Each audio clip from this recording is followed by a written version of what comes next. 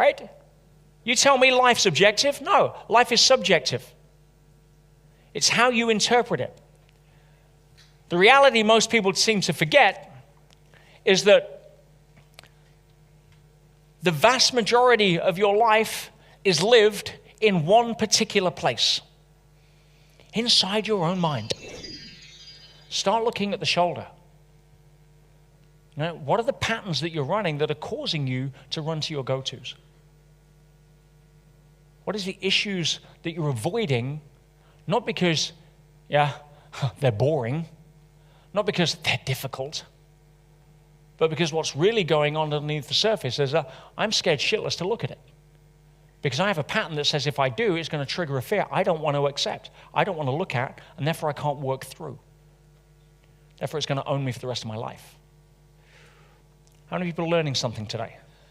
So, another thing I want to jump on before we move and switch gears here, guys. The secret to a fulfilling life is to understand a vital difference, a huge difference. This is the difference that will really transcend your journey from chasing rabbits to understanding what fulfillment is. And the secret to a fulfilling life is to understand the difference between content and context. Ooh, I have. All right, and I'm going to demonstrate that. Check me out. So, let me open this.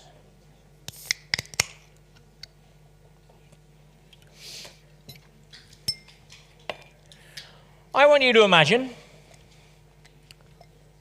that this glass on here represents your life and how you hold your life, how you experience your life.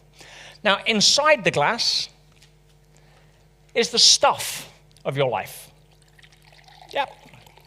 What we would call the content. So the content of your life, your stuff, is your job, your career, your car, your relationship, your health, all the stuff on that wheel, your money, your no money, your religion, your whatever it may be. It's the stuff of your life. It's what makes your movie your movie. You follow? Now, here's how most people see their life. So transparent. Boring. Something missing. There seems to be a bit of a lack of color. You know? I don't know. There's an emptiness somewhere. Yeah, maybe I need to put more stuff in. Let me try that.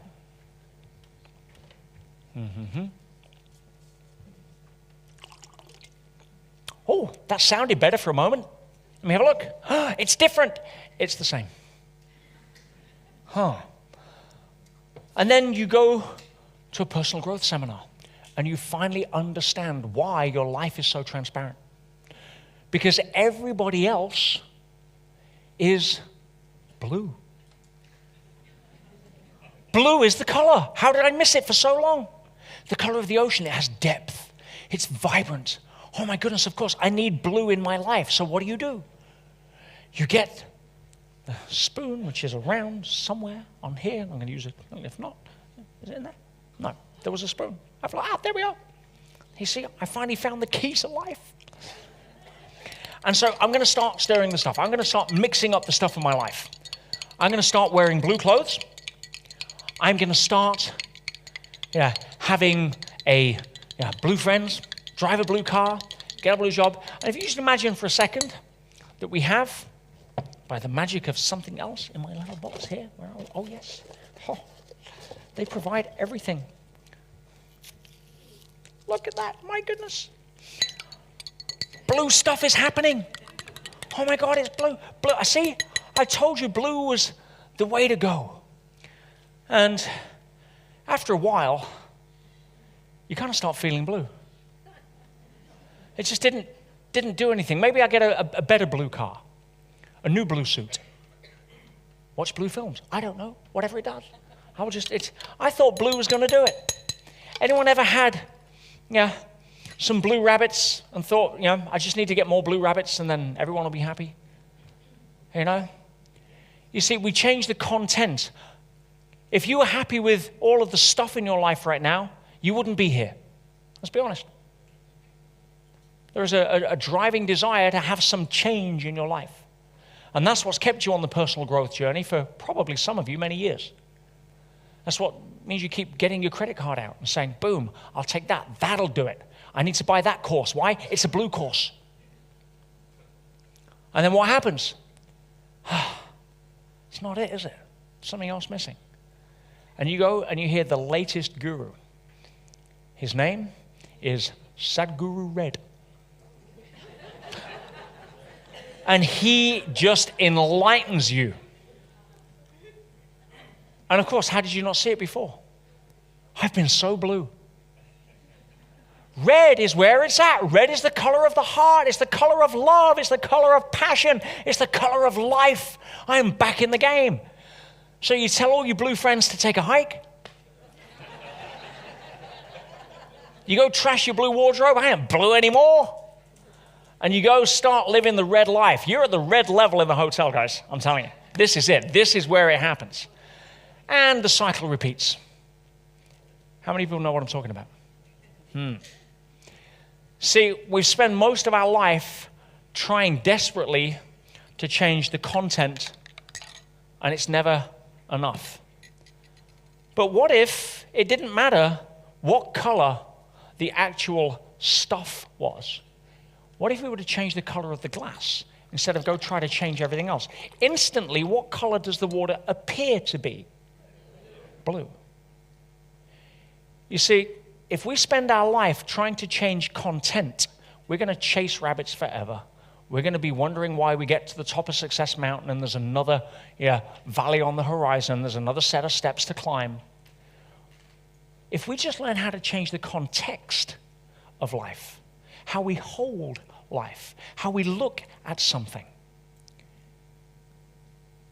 See, if you can get someone like Frankie who says, oh, well, I need to keep stirring.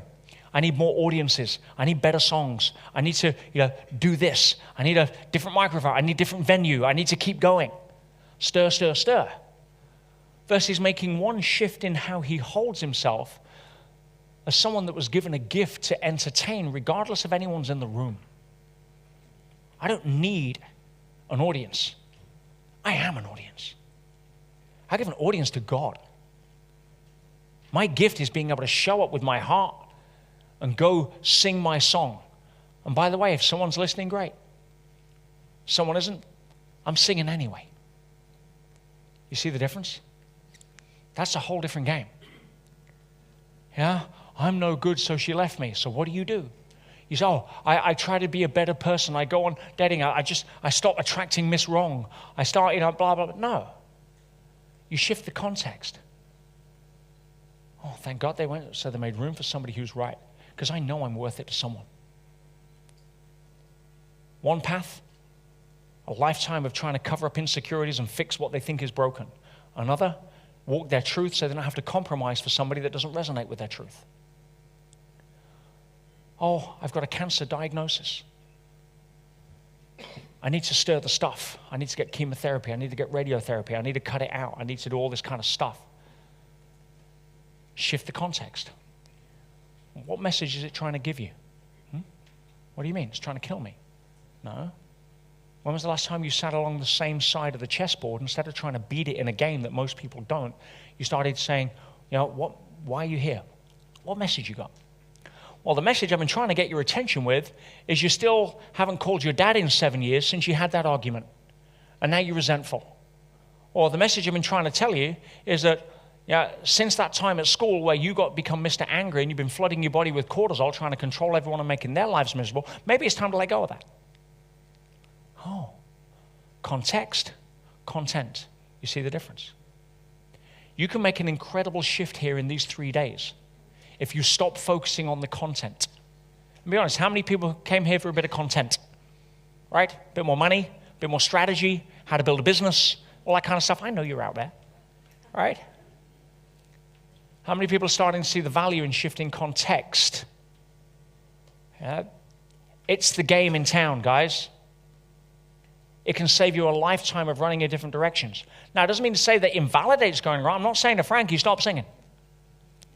Yeah, I'm saying keep doing what you're doing, but don't have it be driven by a level of fear or insecurity that's plaguing you and robbing you of your real gift to be able to give to the world, regardless of what's going on in somebody else's movie. Then we get to a place where very few people get. We call it our own truth. Not the truth. The truth is we don't know what the damn truth is. People have killed each other over their interpretation of what they think that is for centuries. I'm done with that. Our truth is what we're here for. And that can only speak to us when we let go of fear and start opening our heart a little more. And we can't do that if we're plagued by insecurities to think that we have to prove to the world we're good enough. Is this making sense? Yes. Outstanding. You guys are on page. Now, context is definitive. Why? Because life is a subjective experience. Life is a subjective experience. You could try to argue that, but even your argument is a subjective argument. Yeah, if you go to the Supreme Court in the US, how many judges in the Supreme Court? Is it 7? 9. I know, they all want a job, don't they? Right? 9 judges.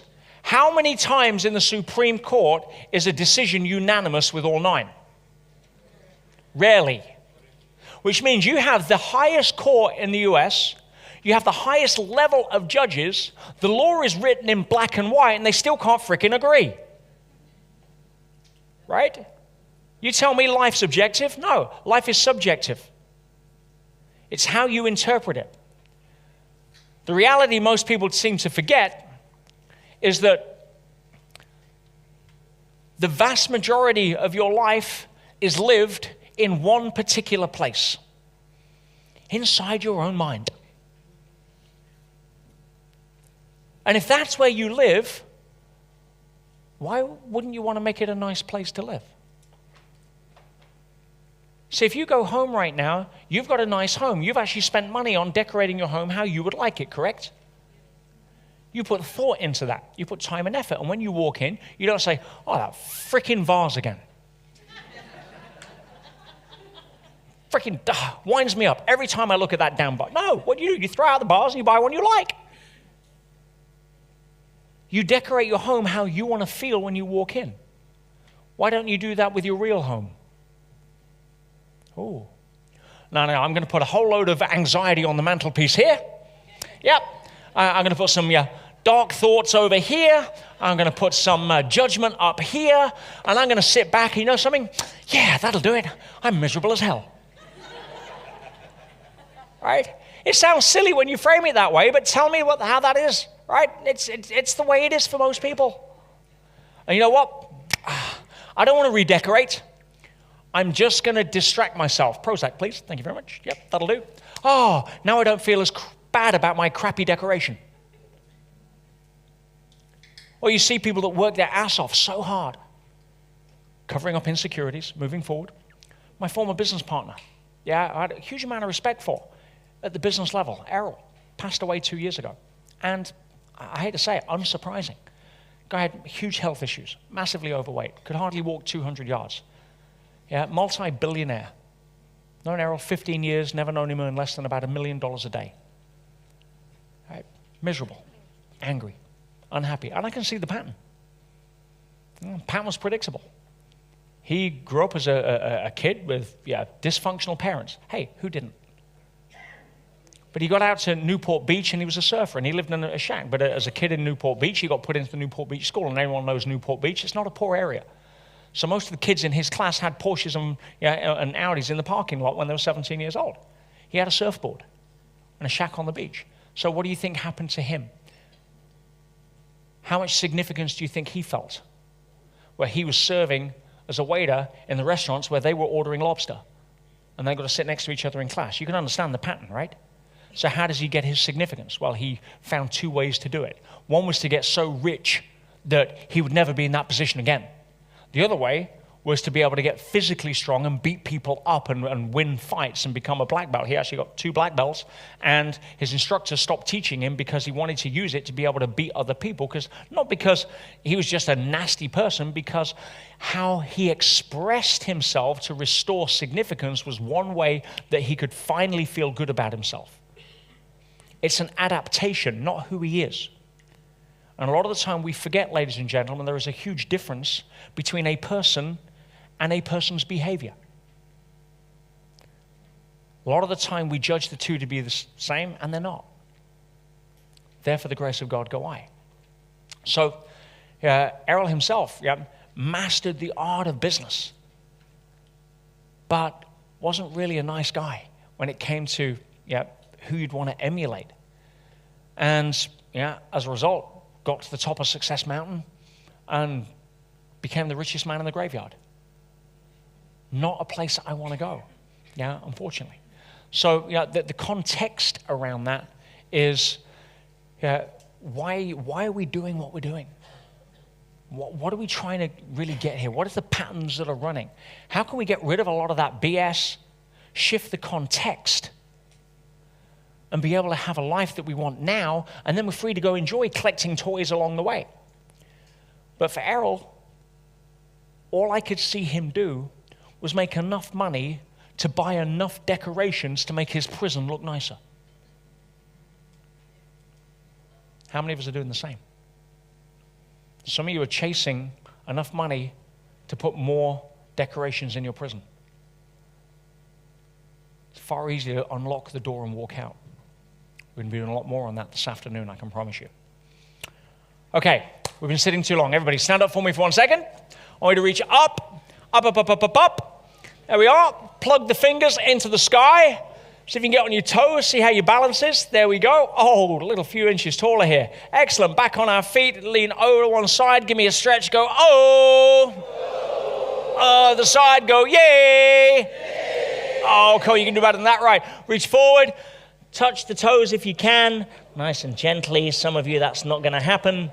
Okay, gently back up. Arms back up, reach behind you, touch the floor. There we go.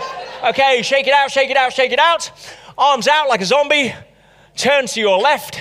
Grab a pair of shoulders. And let's wake them up, wake them up, wake them up. Okay, let's get some blood flowing here, guys. I feel good. I knew that I would not. I feel good. I knew that I would not.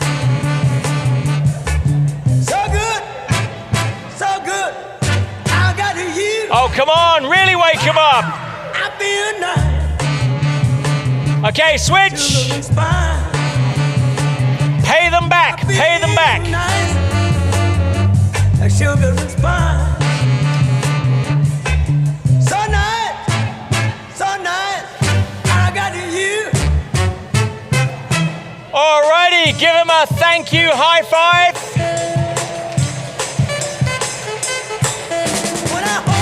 Grab a seat. Grab a seat. Now, pick up your workbooks, pick up your pens. Turn to page 9. And at the top, I want you to have your own conversation with yourself about what have you learned about yourself today so far.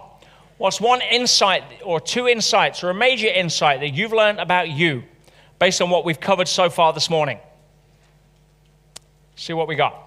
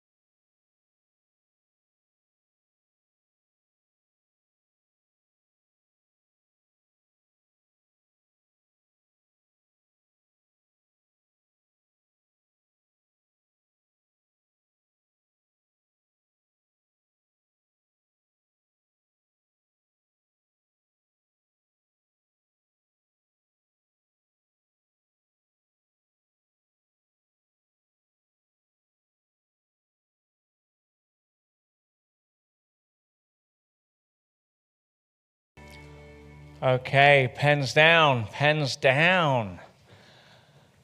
How many people learned something about themselves today? I've got news for you. We're just getting started. We are just getting started, I can promise. Okay, who'd like to share something?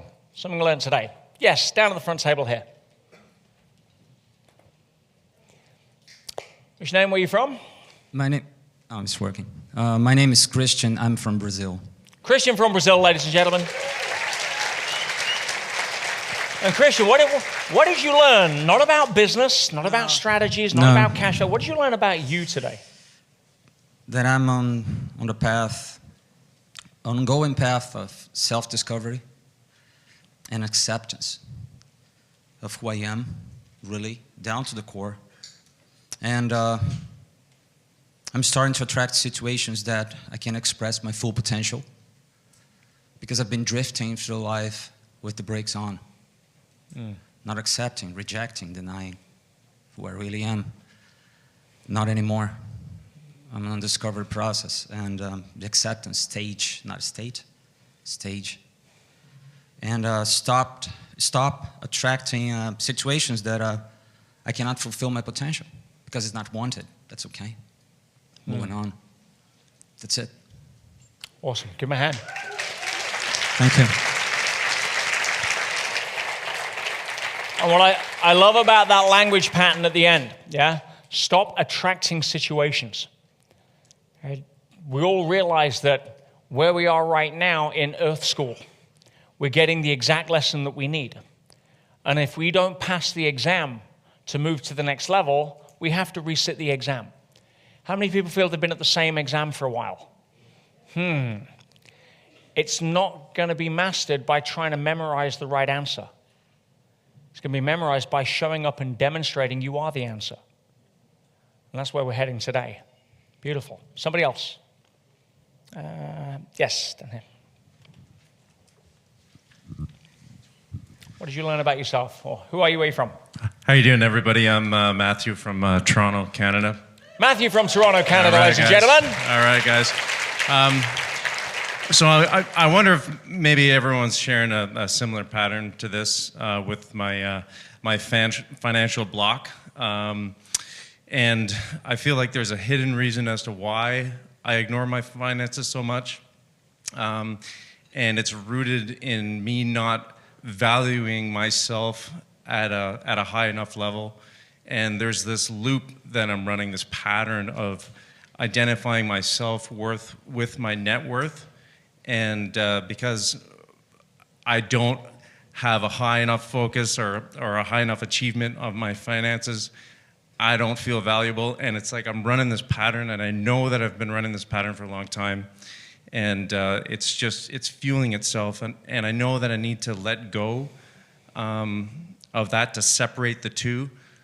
Because then once my self-worth, once I reach like my own value, that'll look after that other thing, and then I can start spiraling upwards instead of downwards. But anyway, so that's why I'm here. Outstanding. Give him a hand. See?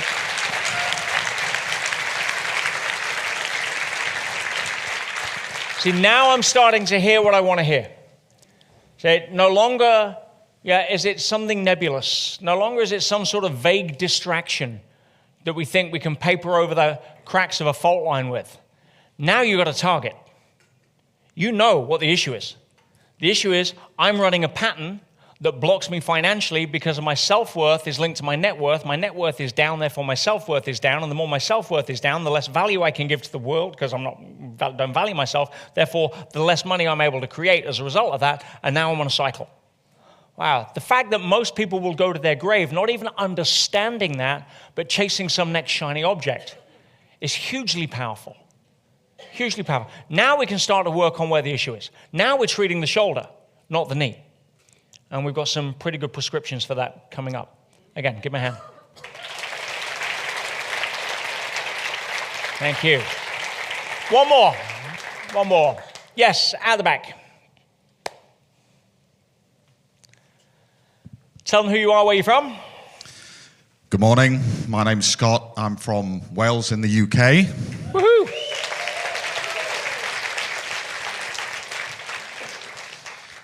Really what I wanted to share. I came here looking for more and looking for some sort of purpose, looking for answers, I think, as a lot of us can really relate to. And I've sat here this morning, and I've been here over the previous few days, and I'm having a really profound time. And for me, I've learned that I'm living my true life more fully than I believed.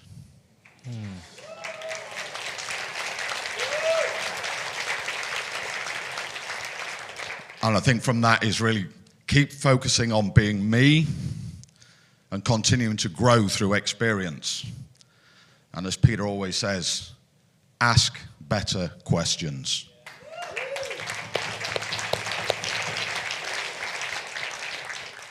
And the thing that I wrote down at the end of that is, stop getting in your own way. Step aside, let things happen, and enjoy your life. That's it. Outstanding. Thank you, Scott. Give me a hand. We're going to go to the live stream shortly. When I'll take someone from the live stream as well. I'll give you guys a second to pick something out. But let me just jump on what Scott was saying there. If I was to share with you a concept, an idea, feel free to take it on or not. I'm not here to impose. But one of the states that most people spend their life actively seeking is the state of joy. Would you agree? And again, we're using words, labels, mind labels, to try to articulate, conceptualize something so that we can understand it. But they're just words. And if I say, oh, wow, look at the light. It's not a light. It's what we call a light. It's a label. But when we use labels, words, we need to remind ourselves that the map is not the territory. It's simply the map that we're using to try to describe the territory. The territory is experiential. We put words to it so we can put it on a map so we can get a feel for where we are in relation to it. But if we take the word joy, which is map language, if I was to turn around and say, joy is your natural state for absolutely no reason, that would probably contradict some of your models of the world. Many of you constructed your entire life around obstacles to joy. And when I get over those obstacles, enough money, a better body, no stress, blah, blah, fill in the blank, then I'll finally get there. But your natural state is joy. Why? Because you were born. That's it. Yeah, but I was born to 2 sucky parents. Amazing. You're going to find out later why that was probably a gift. And the only thing that you've been constructing obstacles around is your story as to why you were born with 2 sucky parents. But joy is your natural state. Why? Because you won an incredible race. If we just look through the physical eyes before we get to quantum later on. In an act of incredible union, which I'm sure had its basis in love, regardless of the other stories some of us tell ourselves, then 400 million permutations started a battle, swimming in the dark, uphill. And one of them arrived at the goal, followed by a few others, most likely. That in itself, against the odds. 400 million and maybe a handful. But guess what? There's no door. I've arrived, here I am, and where do I knock? We don't know, there is no door, there's no opening. And then poof, one particular moment, a magical moment. One of them is let in. Still no door. But it suddenly appears inside. The others can't get in. The one that was let in didn't get in because it was knocking loudest. It's almost like it was chosen by the egg in the first place. 9 months later, guess what? You show up. You were born the winner of the greatest race in history. You came out with something way more rare and way more valuable than an Olympic gold medal. The ability to be here. As the Buddha said, rare is it to be born a human. You could have been an earwig in Cambodia. Hey, I'm not judging earwigs. They might not even live in Cambodia. I don't know. But the fact is, you were born you. You came here. You made it. And you spend the rest of your life hiding that medal. Convincing yourself you didn't win. Thinking that you've got to win a dozen other races in order to put the medal back on. You follow me?